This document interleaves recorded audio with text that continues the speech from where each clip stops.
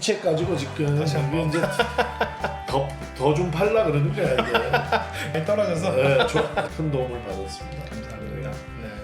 저는 수직과 수평에 대한 이야기를 그동안 쭉 해왔고 우 목사님께서는 아가페에 대한 이야기를 해왔고 이 두 가지 이야기는 사실은 합쳐지는 이야기라고 저는 생각을 해요. 그러니까 제가 오랫동안 이제 작업해왔던 것은 바로 그 부분이죠.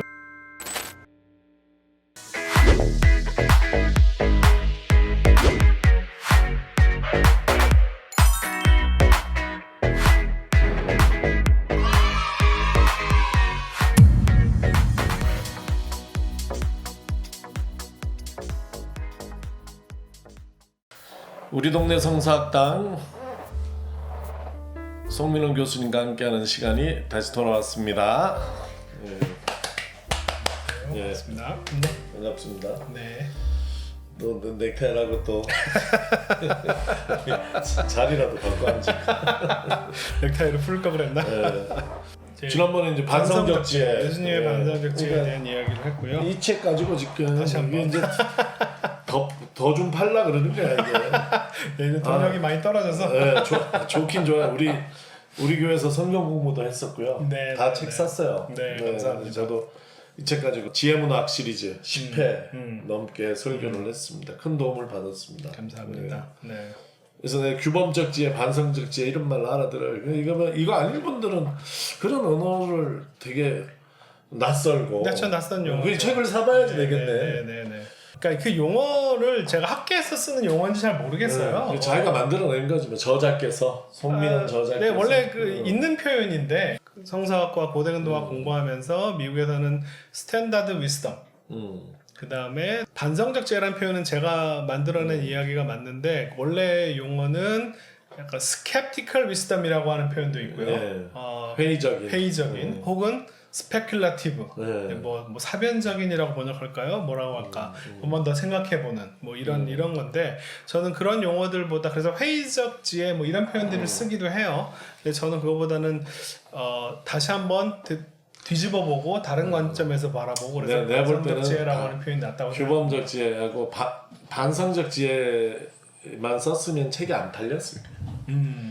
그 삐딱한 지혜라고 써가지고 네네. 쉽잖아. 반성적 지혜 어렵거든. 그게 쉬운 말이 아니에요. 반성적 지혜라는 게. 근데 그 반성적 지혜가 이제 삐딱한 지혜다. 네. 이렇게 그 쉬운 말을 써줘가지고 나는 이 책이 그나마 종교서적 2위까지 올라갔다. 제가 1위가 누구였죠? 법정 스님인가 법륜 스님인가 하여튼 그렇습니다. 그러니까 법시들은 이기 어려워. 늘 그 팟빵 우리 하던 시절에도 늘 1위를 놓치지 않는 이게 그 법륜 윤인지 정인지 말씀 부드럽게 잘하시는 분이 법륜 스님인가 그럴 거예요. 그러니까 즉문즉답하시는 그분께 최고 인기고 그 바로 밑에까지 이제 갔었어요. 그러니까. 그 삐딱한 지혜 덕분인 것 같아요. 삐딱한 지혜.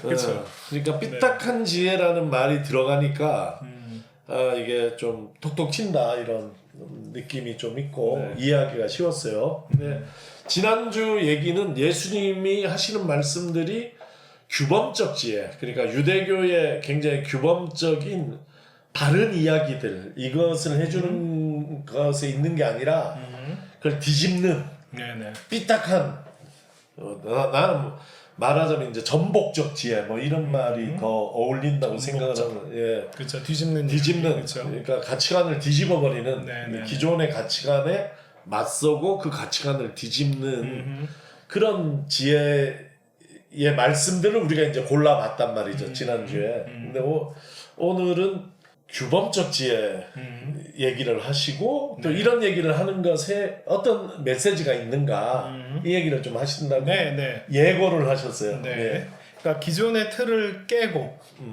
이제 그러면 무엇이냐를 말씀을 하셔야 되는데 사실은 이 규범적인 틀을 깨고 그 빈자리로 우리 종교개혁 이후에 들어온 이야기는 뭐냐면 믿음으로 은혜로 그죠? 사랑과 용서 이런 것들이 이제 들어가는 거잖아요. 하나님의 어떤 무조건적 용서라든지 은혜, 무조건적 은혜 뭐 이런 표현들로서 우리가 천국에 가고 아니면 하나님을 뭐 믿음으로써 행위가 아니라 믿음으로써 이런 이야기들이 그 뒤로 나와야 하는데 안타깝게도 예수님은 그 얘기를 하고 있진 않아요. 그죠? 네. 루터는 했는데. 네, 루터도 하고 뭐 바울도 비슷하게 이야기를 했던 것 같은데 예수님은 그러면 뭐 부자나 뭐 이런 사람들 하나님의 말씀을 명령을 잘 지키려고 애를 쓰는 사람들이 가는 게 아니고 저 거지가 이 땅에서 찌질이 고생한 사람이 가고 어린아이가 인간도 아닌 어린아이가 갈 수 있다. 이렇게 이제 다 판을 뒤집어 버리고 나면 그러면 그 다음에 무엇이냐에 대해서 예수님이 이제 규범을 뭔가 새로운 규범을 근데 그 전혀 새로운 건 아니에요.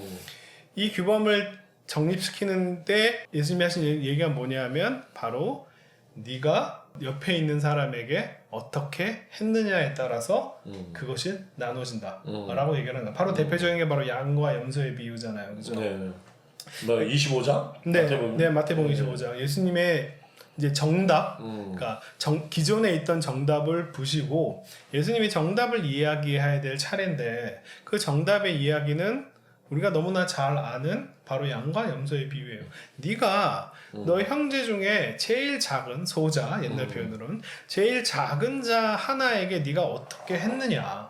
네가 배고픈 사람에게 빵을 주었고 먹을 거를 주었고 목마른 사람에게 물을 주었냐 안 줬느냐가 판단 기준이다. 라고 얘기를 하는 거예요. 이게 바로 뿌린 대로 거둔다라고 하는 그 규정이 딱 적용된 예수님의 말씀 중에서요. 뿌린 대로 거둔다라고 하는 표현을 쓸 때 네가 선한 행위를 해야 선한 결과를 얻는다라고 하는 그 이야기에 전부 다 뭐냐면은 다 이웃과의 관계. 제가 수직과 수평으로 이야기했던 그 수평적인 관계들에 대해서 어떻게 행위를 했느냐에 따라서 정답들이 나타나는 거예요. 이 천국에 갈 수 있냐 못 가냐의 기준은 바로 이거다.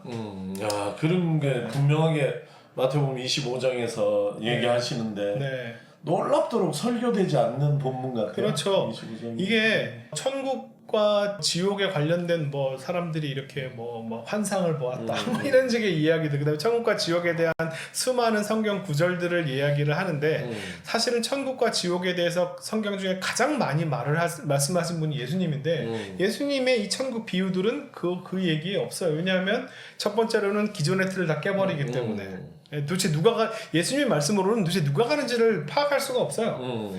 그런데 그 규범을 얘기할 때 있어서 그 규범이 뭐냐면 네가 네 옆에 있는 사람, 힘없는 사람, 가난한 자, 고아들에게 어떻게 했느냐에 따라서 결정이 나는 거야 라고 하는 이야기를 받아들일 수가 없는 거예요. 왜냐하면 우리는 개신교 신학들은 믿음으로 가는 거고, 그러니까 하나님과의 관계를 통해서 간다고 생각을 하지 이웃과의 관계를 통해서 간다는 것은 생소한 생각일 수 있죠.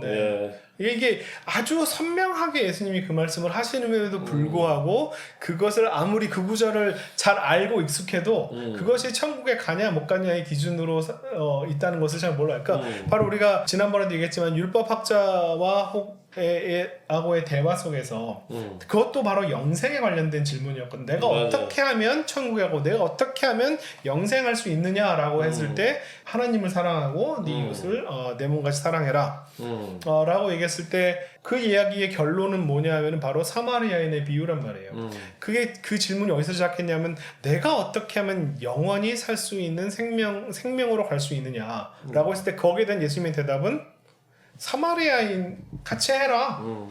그러면 네가 살 거야 라고 얘기하거든요. 그러면 살리라. 가서 이렇게 행하라. 너도 가서 남의 이웃이 되어줘라. 이렇게 이게 그 결론이란 말이에요. 마태복음도 아까 25장도 이 최후 심판이야 이게. 그렇죠. 그래서 마지막에 어떻게 끝내면 이거는 염소들이네. 염소들은 영원한 형벌에 들어가고 그렇죠. 양들은 양과 염소 천국 비유죠 이거. 영원한 생명으로 들어갈 거, 영생을 받을 것이다. 그렇죠. 천국과 지옥. 그러니까 네가 옆에 형제 중에 작은 사람에게 어떻게 했느냐 안 했느냐에 따라서 천국에 가고 지옥에 가고가 나눠진다는 거예요. 야, 양은 다 천국에 가고 염소는 전부 영원한 벌을 받을 거다 이렇게 돼 있네. 그러니까 우리가 지금 어떤 이 현재 개신교 신학들이 바울 신학의 바울의 표현들을 저는 그 본질적인 바울 신학이라고 생각하지 않는데 바울의 어떤 표현들을 중심으로 구약도 이해하고 복음서도 그걸 관점으로 이해를 하는데 저는 예수님의 말씀이 저는 더 중요하거든요. 그러니까 예를 들면 바울이 율법이 아니라 뭐 사랑이다라고 얘기를 했나? 네. 근데 그때 바울이 얘기한 율법은 예수님이 이야기하는 살인하지 말라, 간음하지 말라, 네, 내 이웃을 내 몸과 사랑해라의 율법이 아니거든요. 네. 그러니까 바울도 율법이라고 하는 단어를 썼고 예수님도 율법이라고 하는 단어를 썼지만 그 두 단어의 의미는 전혀 달라요. 예수님은 이웃과의 관계에 관련된 율법만을 이야기하시는 거고 바울은 안식일을 잘 지켰느냐, 할례를 받았냐 안 받았냐, 유대인이냐 아니냐, 음식 규정을 지켰냐 안 지켰냐 이런 거 중요하지 않다라고 얘기하고 그것이 아니라 사랑이다라고 얘기를 하는데 근데 바울도 잘 보면 그렇죠. 그 율법이 완성이다. 율법이 그 안에 네. 율법이 다 들어있고 요약이다 하는 건 다 이웃사랑이에요. 그렇죠, 맞아요. 바울은 하나님 사랑 맞아요. 네. 놀랍도록 네. 여러 번 얘기를 하거든요. 네, 그게 네. 다 이웃사랑 안에. 그래서 저는 정말 예수님의 말씀과 바울의 편지에 쓰인 말들이 본질적으로 동일한 이야기를 하고 있는데 맞아요. 우리는 그 율법이라고 하는 단어가 다른 의미를 가지고 사용될 때 그걸 딱 이용을 해가지고 그러니까 시니피앙 기표가 같다고 해서 그것이 담겨져 있는 시니피의 기의가 같은 건 아니거든요. 그러니까 이거 사실 이단들이 많이 쓰는 표현이잖아요. 문맥과 의미들을 다 제하고 단어 두 개 똑같으면 그걸 합쳐가지고 이상한 신학들을 만들어내는 거. 그러니까 예수님의 율법 이야기와 바울의 율법 이야기. 율법은 없어져야 될 것처럼 얘기하는데 예수님은 아니야 율법을 폐하러 온 것이 아니고 그래서 보니까 너무 지키기가 어려워. 네. 11조 잘 내고 안식일 잘 지키고 이런 거는 그래야 좀 어렵지 않은데 뺨 맞으면 돌려대고 네? 오리 가자고 심리가고 이건 어렵거든요. 그러니까 이게 율법을 더 못 지키게 해가지고 그죠? 우리를 다 죄인으로 만들어서 그래서 구원을 하게 만들려는 하나님의 놀라운 그러니까 이런 엉터리 같은 신학들을 만들어내는 게 바로 율법이라고 하는 단어를 그 얘기를 송 교수님이 하는 줄 알고 지금 깜짝 놀랐는데 아니야 그런 얘기를 제가 할 리가 있겠습니까? 어렸을 때 제가 들어온 얘기죠. 네. 뭐 신학자들이 그런 얘기를 하는지 잘 모르겠어요. 저는 그냥 교회에서 어렸을 때 들어온 얘기들이에요.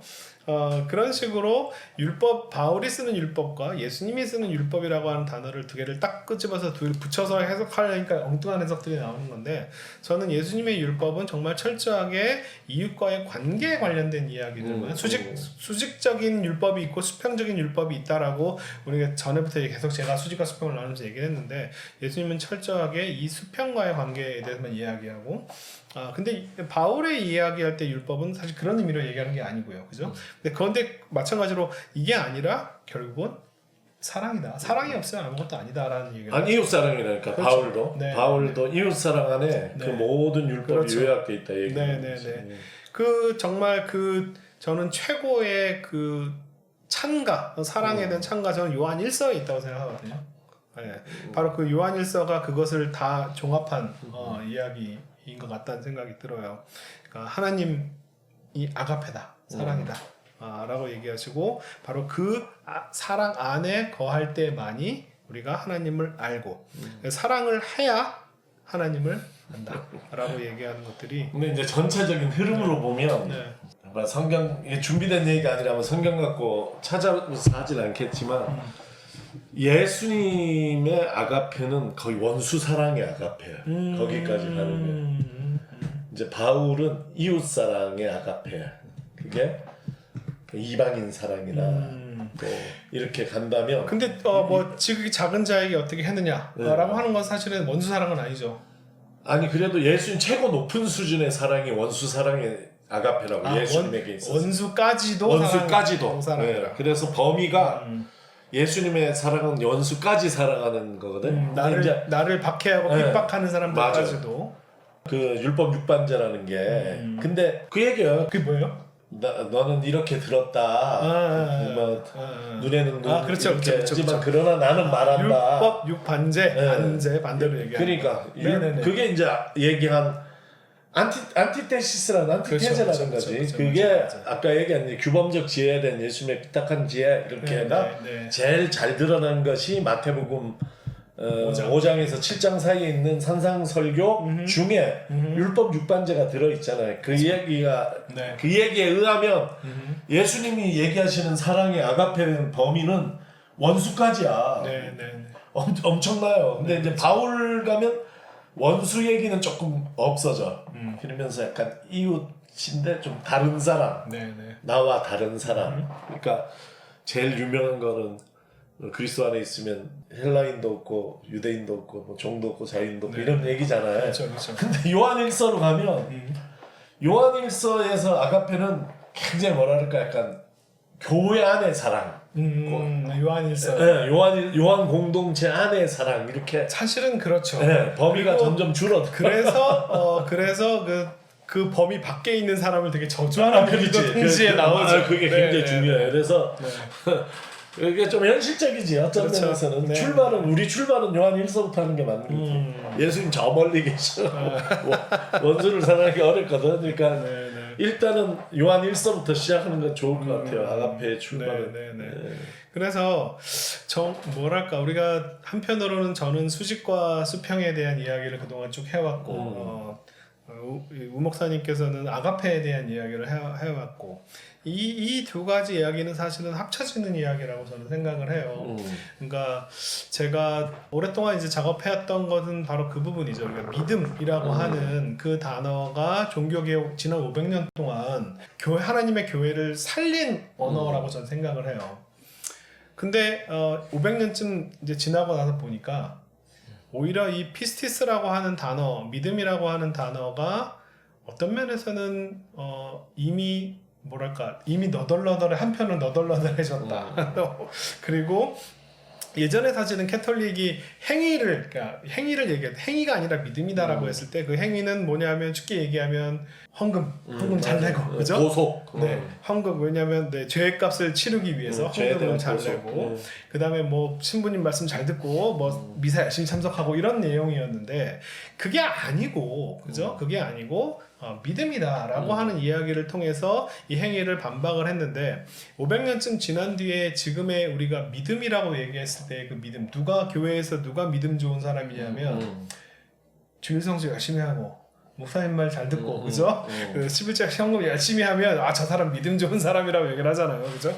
예전에 500년 전에 교회가 타락했던 시기에 행위라고 하는 단어가 갖고 있던 그 의미가 그게 바로 시니피의 기의인데 그 기의가 이제는 표현은 바뀌었는데 그 믿음이라고 하는 단어의 의미가 되어버린 것 같다는 생각이 들어요.